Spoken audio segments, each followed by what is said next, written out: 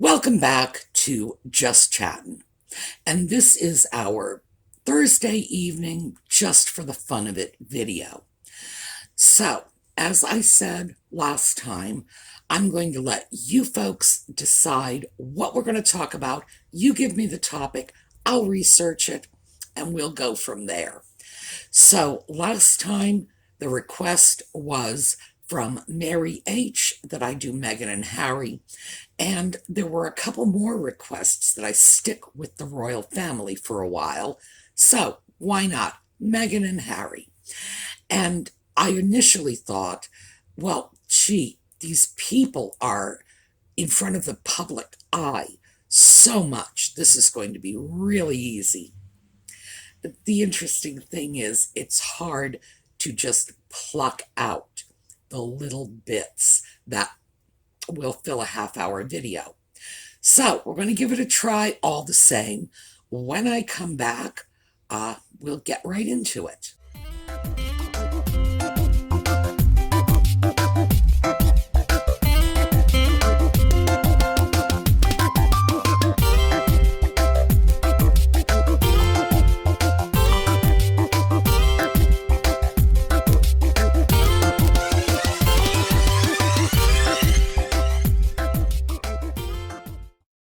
Actually, before we get right into it, Audie is sound asleep right behind me on the chair. I don't know if he's going to wake up and get involved in the video. When I filmed the video for Friday morning, he just snoozed through the whole thing. So, for those of you who miss him, and he believes it's a lot, here you go. Quick picture of my cat sound asleep behind me.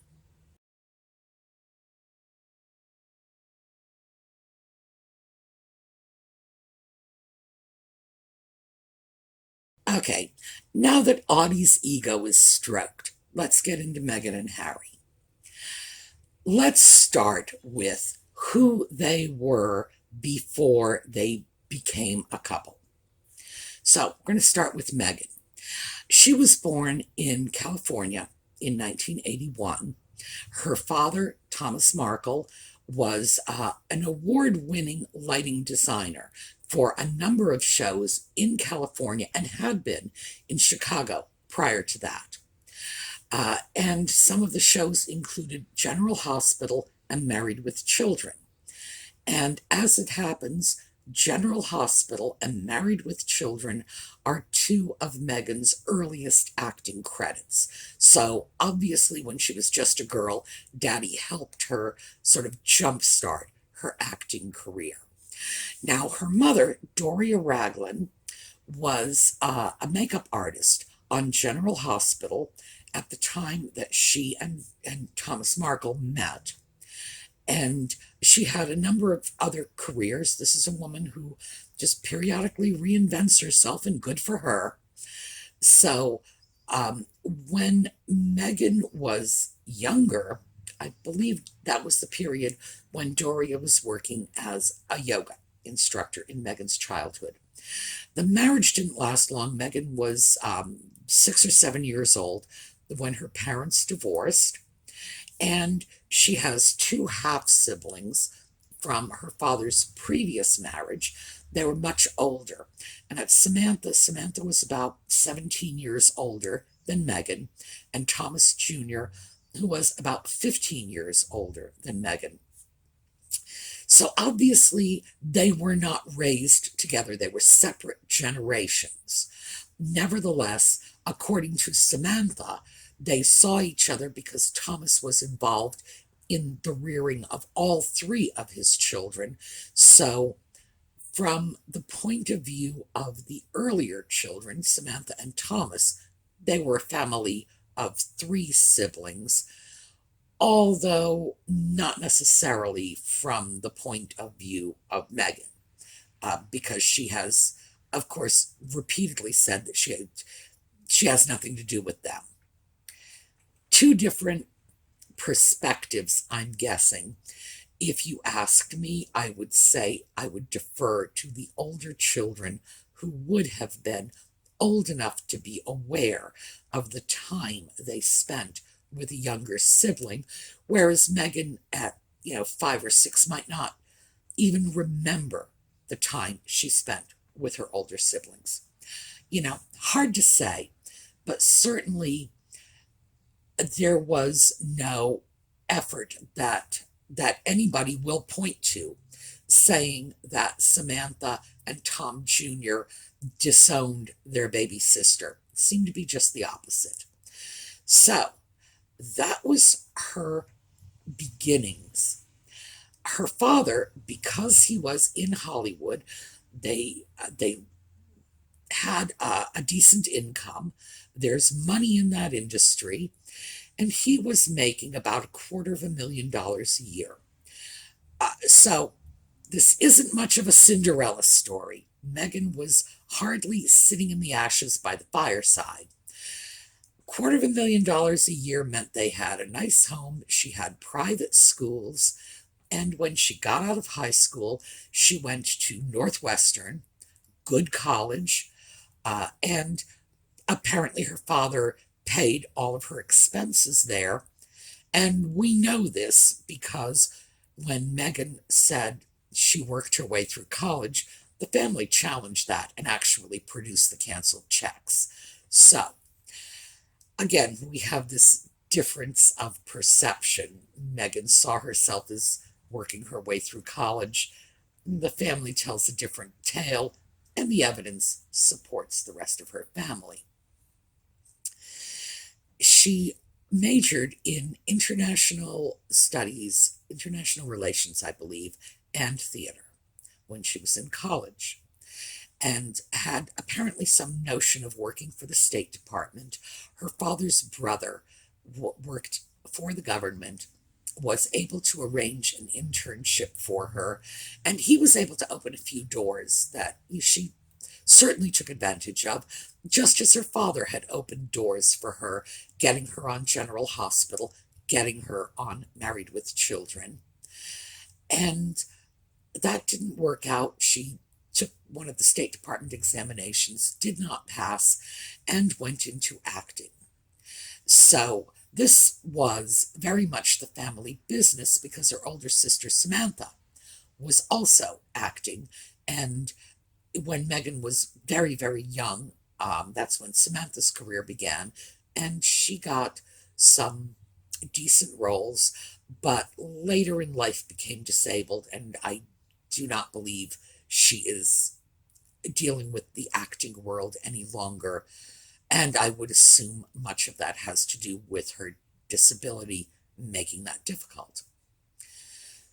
Now, Meghan gets out of college, and she went into a relationship with a producer named Trevor Engelson.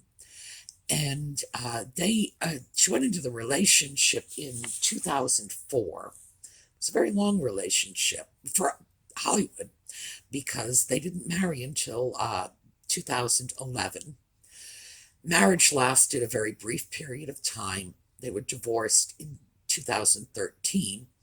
But to talk about the 2-year marriage without the 7 years that preceded that sort of creates an inaccurate picture. This was a relationship of about 9 years total. Trevor also opened doors for Meghan. She appeared in one of the films he produced, and she did get small amounts of work as an actress, and eventually her breakthrough role, if you will, well, I don't know if you can call it a breakthrough role since she hasn't done anything since, was a Canadian cable show called Suits. She was part of an ensemble cast, and she was on that show for about 7 years. I think the show had a 9-season run overall, relatively highly rated, but still Canadian cable show, not Hollywood. By the time she was working on Suits, her former friends, people who had known her in high school and college, known her as friends when she and Trevor were a couple, were already beginning to say that Meghan was a very ambitious social climber who associated with people based on their status, what they could do for her socially or for her career, and when that played out, that she would just dump them, ghost them, and move on. So that's something that's been haunting her footsteps for a long time. When she left the relationship with Engelson, she took up with Corey Vitiello, and he was what he still is, a Toronto restaurateur, and he was very connected with the Toronto glitterati, a big fish in a small pond. But that was the small pond Meghan was in. So she was with him for 2014 to 2016. It is alleged, I don't know how true this is, but it is alleged that she began seeing Harry before she had broken it off with Vitiello. Who knows? Those are the rumors. So that brings us up to Meghan when she met Harry. At this point, she has a broad social circle in Toronto, people who were the movers and shakers in that community, relatives of the Prime Minister, etc. Harry, on the other hand, what we are looking at here is a little boy who was born into the royal family. We all know Harry's story. He was born in 1984. In 1997, his mother died. That seems to have been the defining event in Harry's life. And when most of us think of Prince Harry, we just kind of remember those pictures from Diana's funeral. So let's take a quick look at who we remember.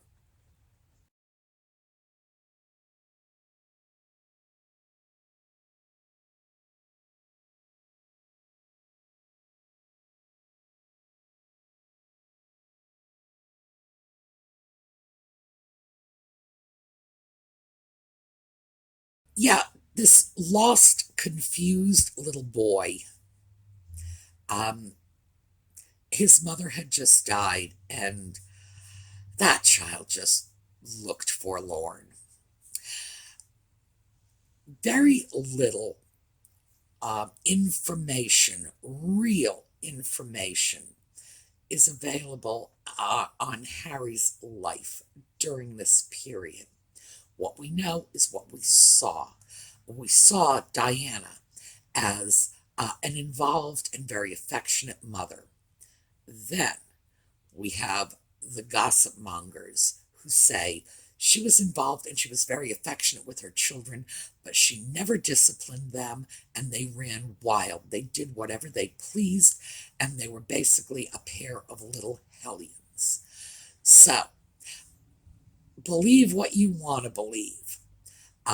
We do know that Harry did not do well academically, and we know there was a serious scandal at Eton about Harry getting a little too much help on his exams, and an instructor who basically bucked the system and said, "I'm sorry, I'm not going to do this," and got in trouble for it. And I understand there was an investigation, but I don't know what ever became of that investigation, where it led. Harry then went into the army, and now all these little princelings seem to gravitate toward the armed forces. Because of their titles, they are given boatloads of medals, promoted far beyond anything they've really merited. It's just what you do. If you've got a spare prince, throw him in the military, promote him up, give him a fancy uniform, and just hope that you don't go to war so they can't get themselves in too much trouble. But Harry didn't need a war to get himself in too much trouble. And here we're going back to my notes because this is the dicey stuff and I want to make sure I've got it right.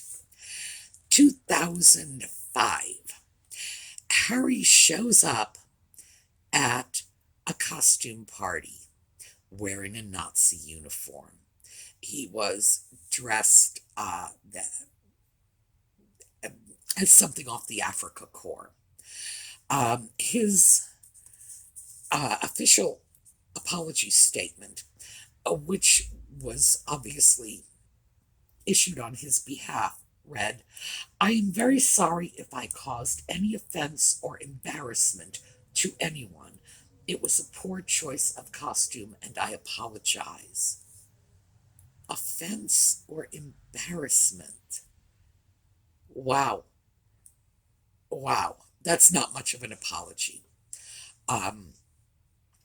That was beyond a poor choice of costume.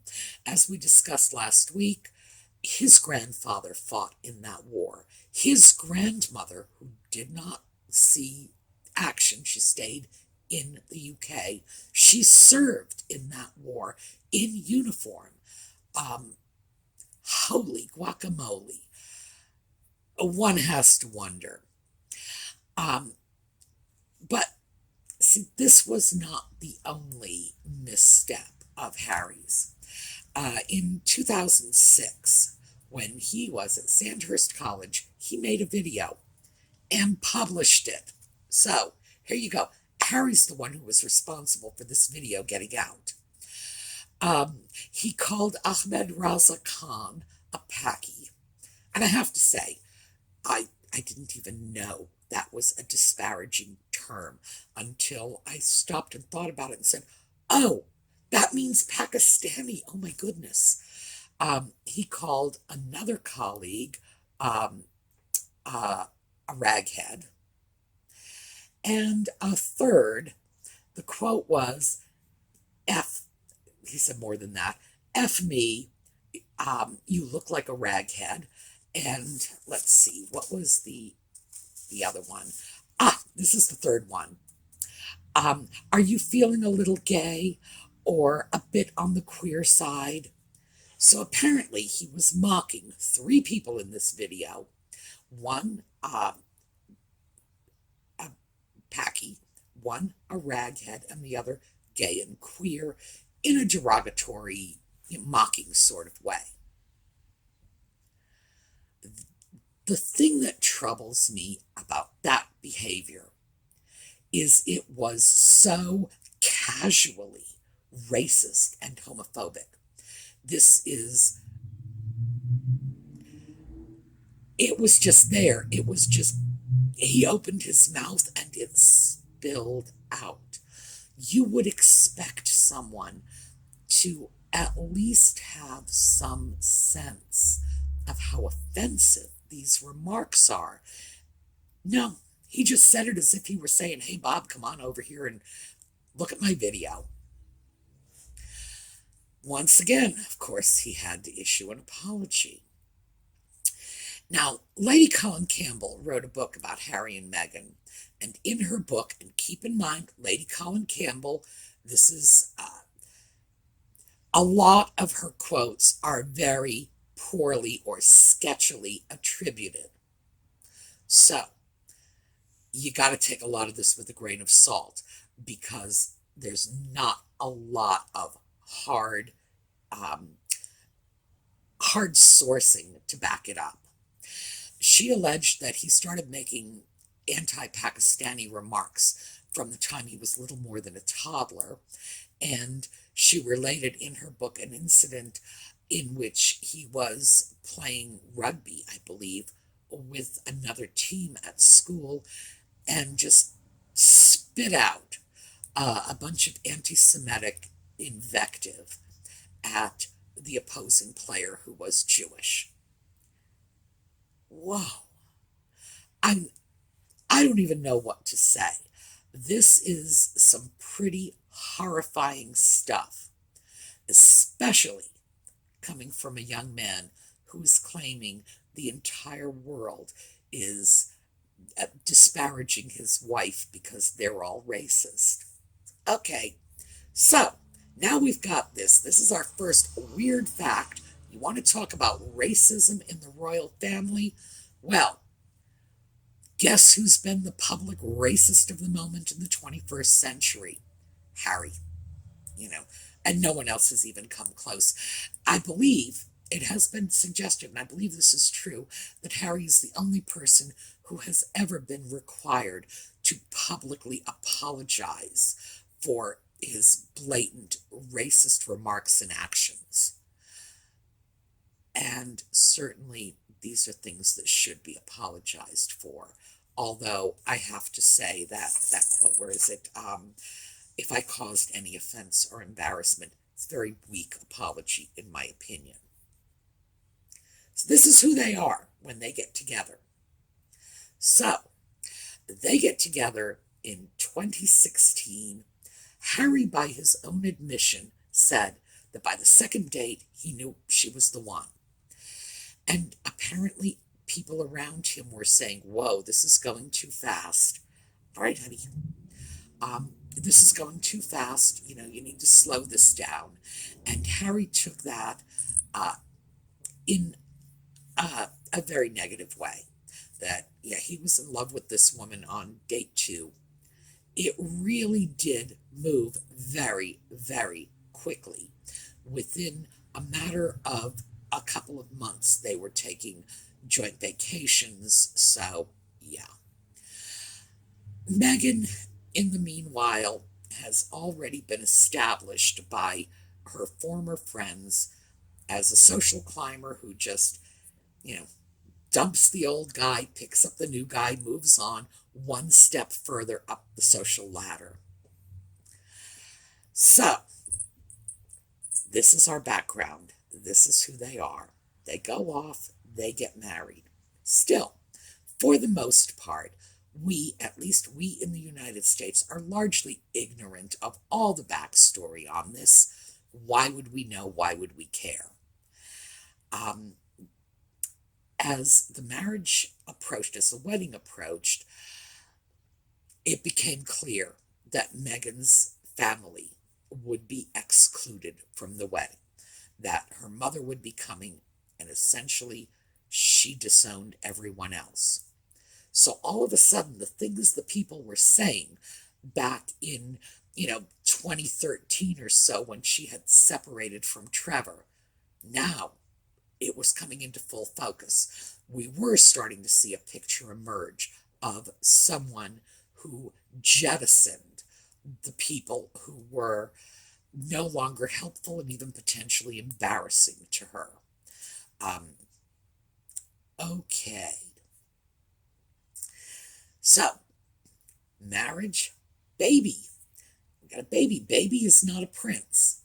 And I think at this point we all know the baby is not a prince because the prince title doesn't go any further than the grandchildren of the queen.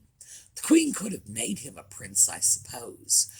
But on the Oprah interview, Meghan stated that the reason she wanted the prince title for Archie was so they would pay security. The country she and Harry left were supposed to pay $500,000 a year for security for their baby. Okay, sure, that's going to happen. Very bizarre, sort of entitled attitude. I remember when they left the UK, they were saying it was about privacy issues first. That was the first thing.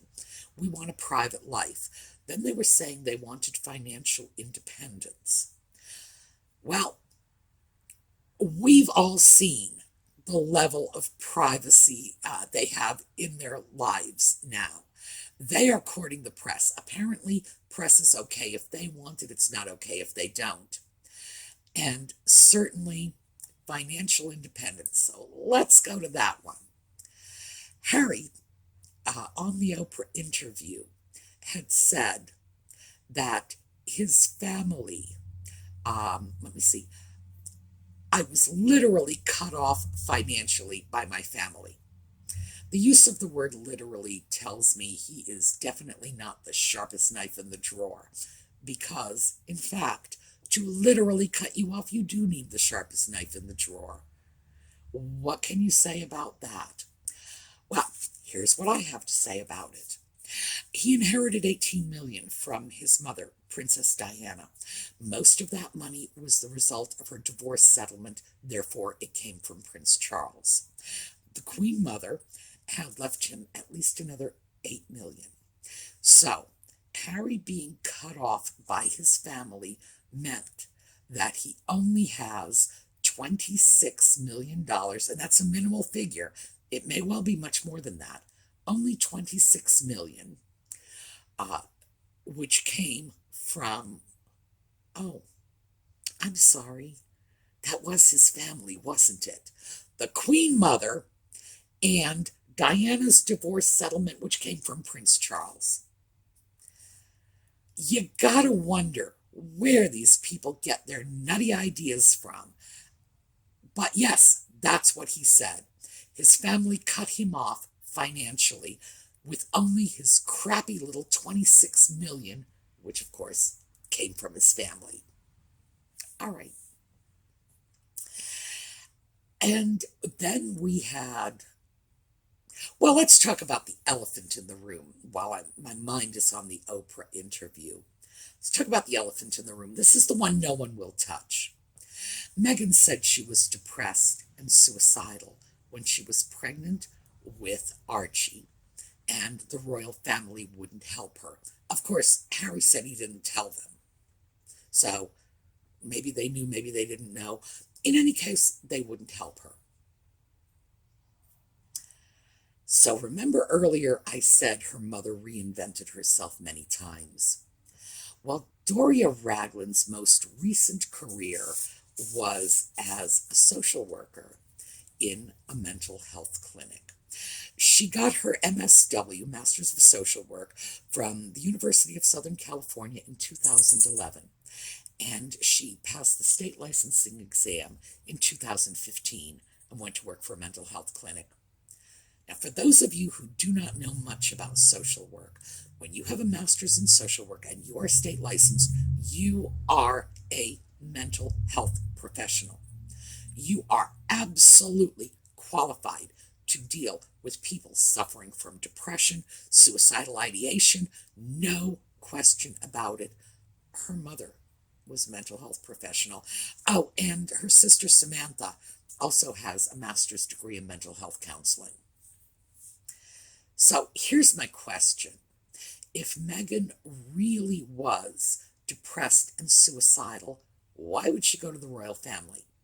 You go to the royal family when you want to know which hat to wear to Ascot or what to feed your polo pony.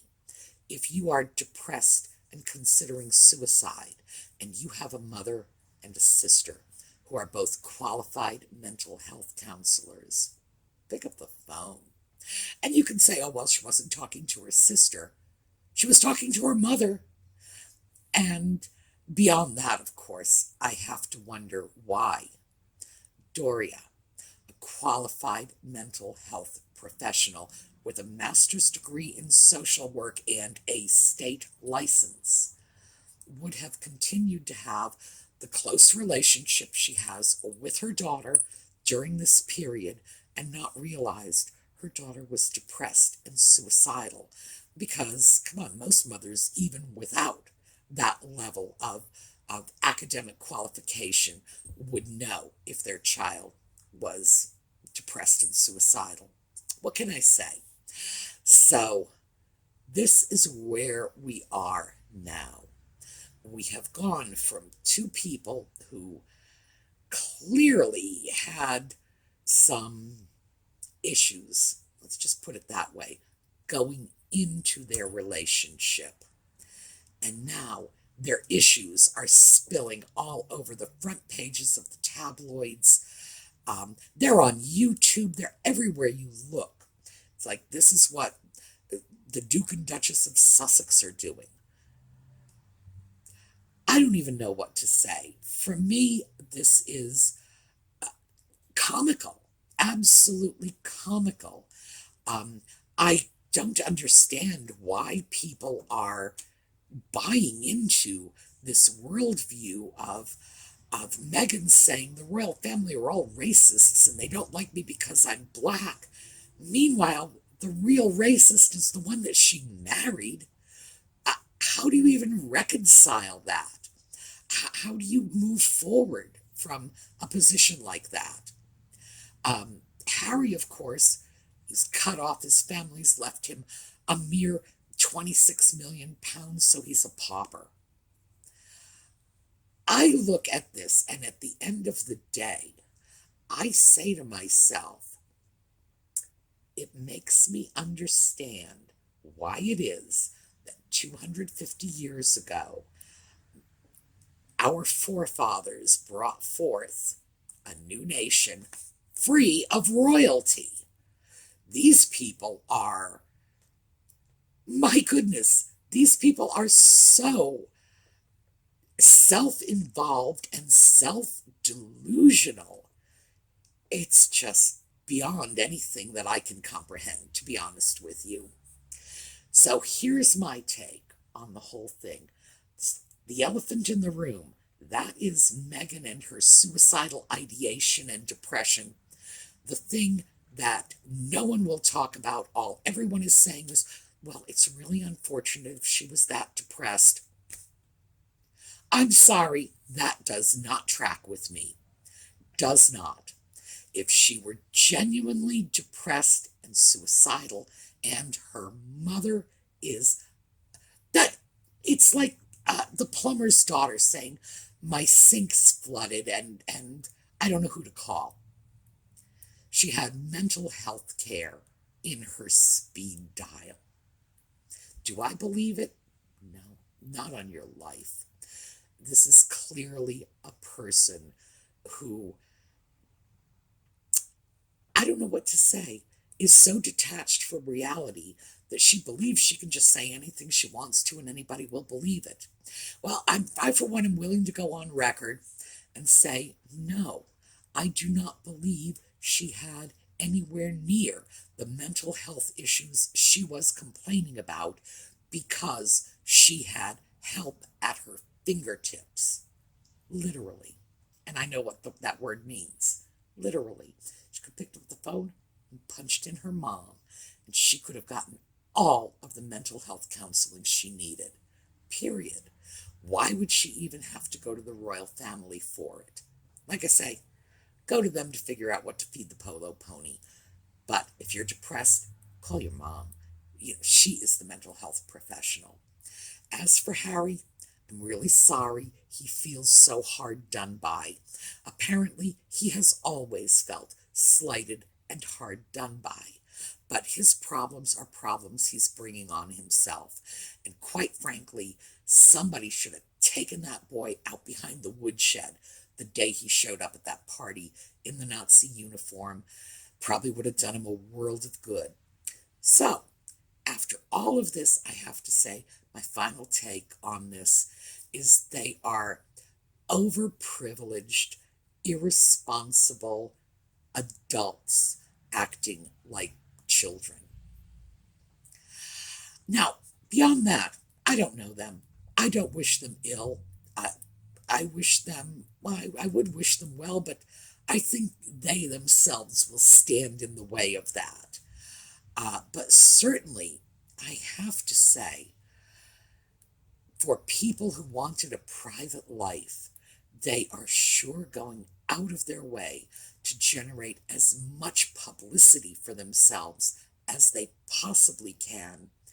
And for those of us who can look at this and say, oh, come on, the best thing we can do is not play into it.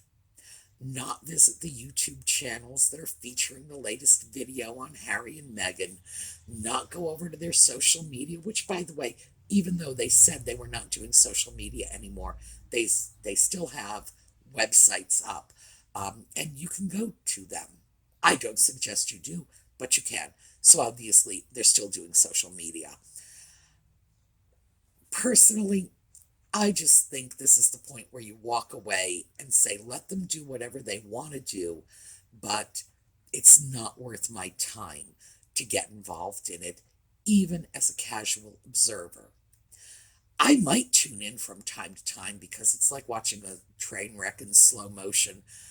Actually, it's not, because a train wreck in slow motion is not entertaining.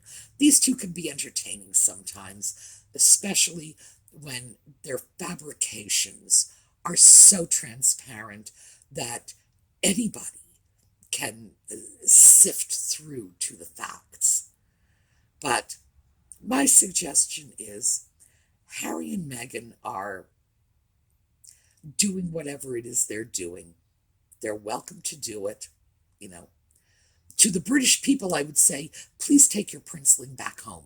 You know, why should we have to deal with him? He's not our princeling. But other than that, let them do what they want to do. They're not worth our time. All right, so that was my quick take on Meghan and Harry. Let me know in the comments where we want to go from here, and we'll go there. All right, have a terrific day. We're going to show a slideshow on the way out, and I will see you all.